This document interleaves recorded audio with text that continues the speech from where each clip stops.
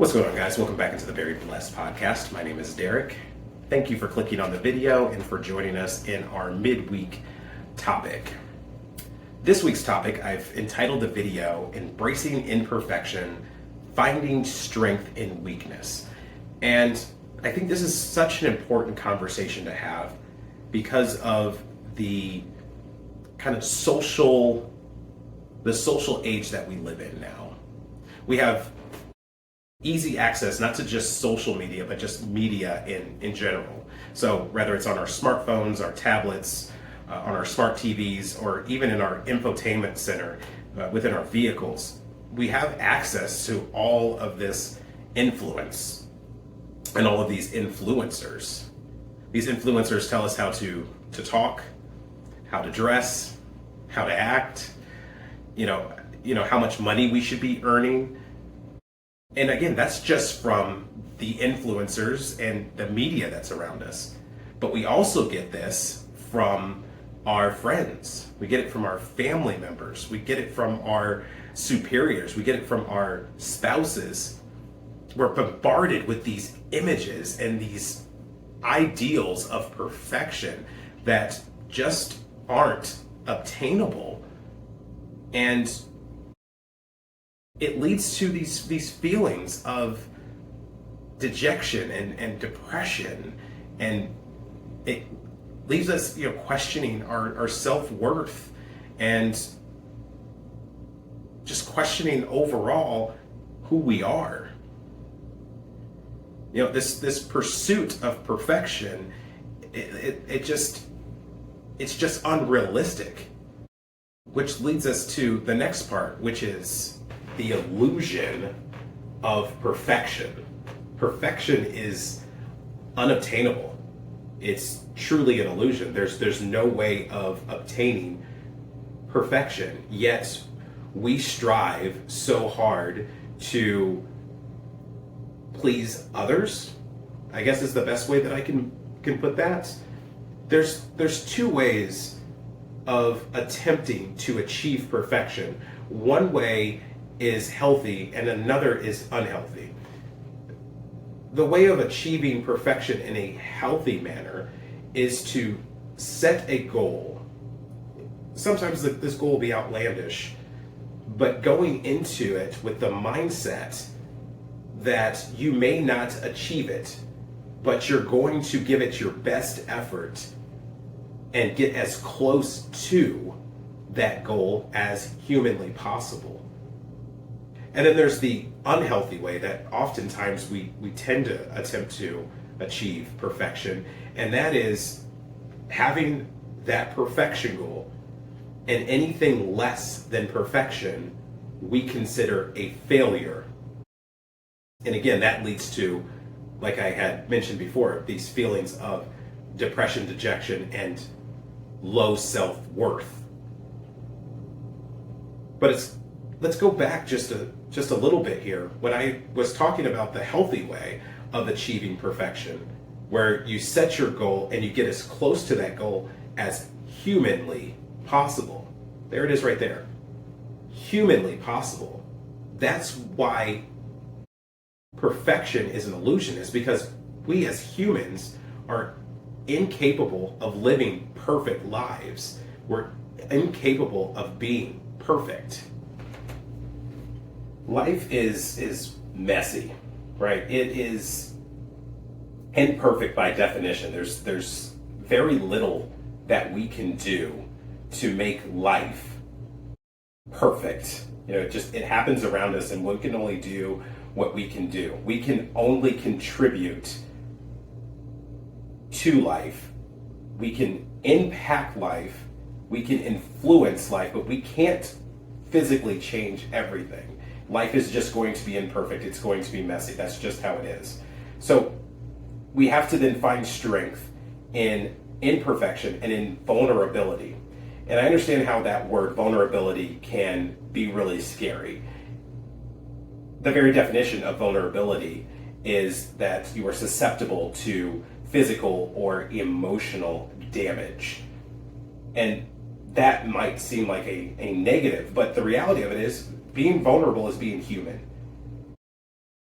Putting your guard down and being vulnerable is going to allow you to take chances. It's going to allow you to open yourself up to things that you wouldn't necessarily open yourself up to if you were just trying to be careful all the time.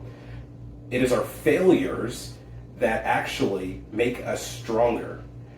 Finding common ground with other people, we sometimes call these testimonies, is going to be a way of building a callus or building up strength, and being able to relate to others helps us get through this life, and understanding that it's not just me that's imperfect, it's others that are imperfect too. Mother Teresa has this great quote that says, "Saints are only sinners who keep trying." Proving that even the people that we read about in the Bible, the best example of this that I can give is David, King David, who was considered the greatest king in all of Israel, in the history of Israel. He's literally from the bloodline of Jesus, but he was a murderer, an adulterer, and an imperfect man who just continued to struggle, but continued to get back up and continued to seek after God and to seek after truth. The Apostle Paul is another one of the figures of the Bible who is probably, next to Jesus, the most recognized figure in the Bible, especially in the New Testament, because he wrote the vast majority of it. In the book of Romans, chapter 7, verses 19 and 20, he says, "I do not do the good I want to do, but the evil that I don't want to do. This I keep on doing.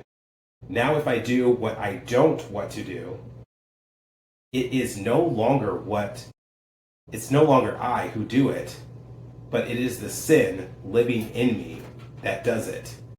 You can see and hear the confliction in Paul's writing here, and that's because he's an imperfect human who continues to make mistakes even when he doesn't want to make mistakes, but he recognizes that he is human, that the internal struggle is always going to happen, but we must just power through.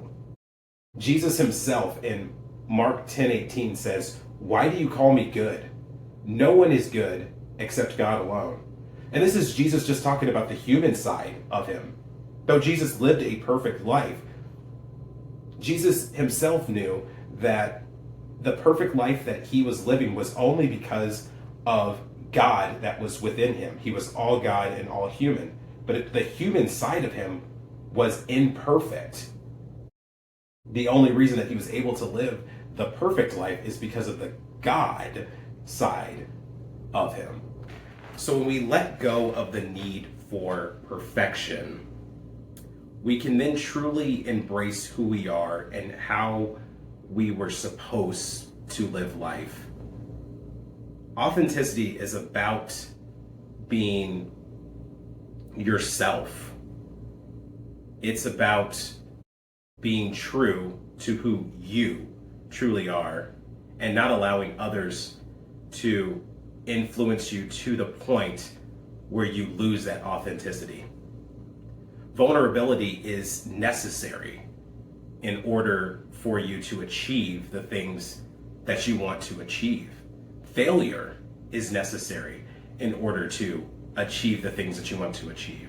When you look back at like a great sports story or a great sports star, it's not just their accolades that their documentaries highlight. It's also their lows. One person that comes to mind is Michael Jordan. It's very famous that his sophomore year in high school, he was cut from his varsity basketball team. And this is a basketball player that is known as one of the, if not the greatest player to ever play the game, that was cut from his varsity team. So it's not about the failures. but the failures are necessary. It's how you respond to the failures, how you pick yourself back up. Imperfections make us unique. They make us human. It's through our mistakes that we can learn to grow, and experiencing imperfection allows us to celebrate our uniqueness and also to find the path in life. Hope this helped today. God bless you. Talk soon.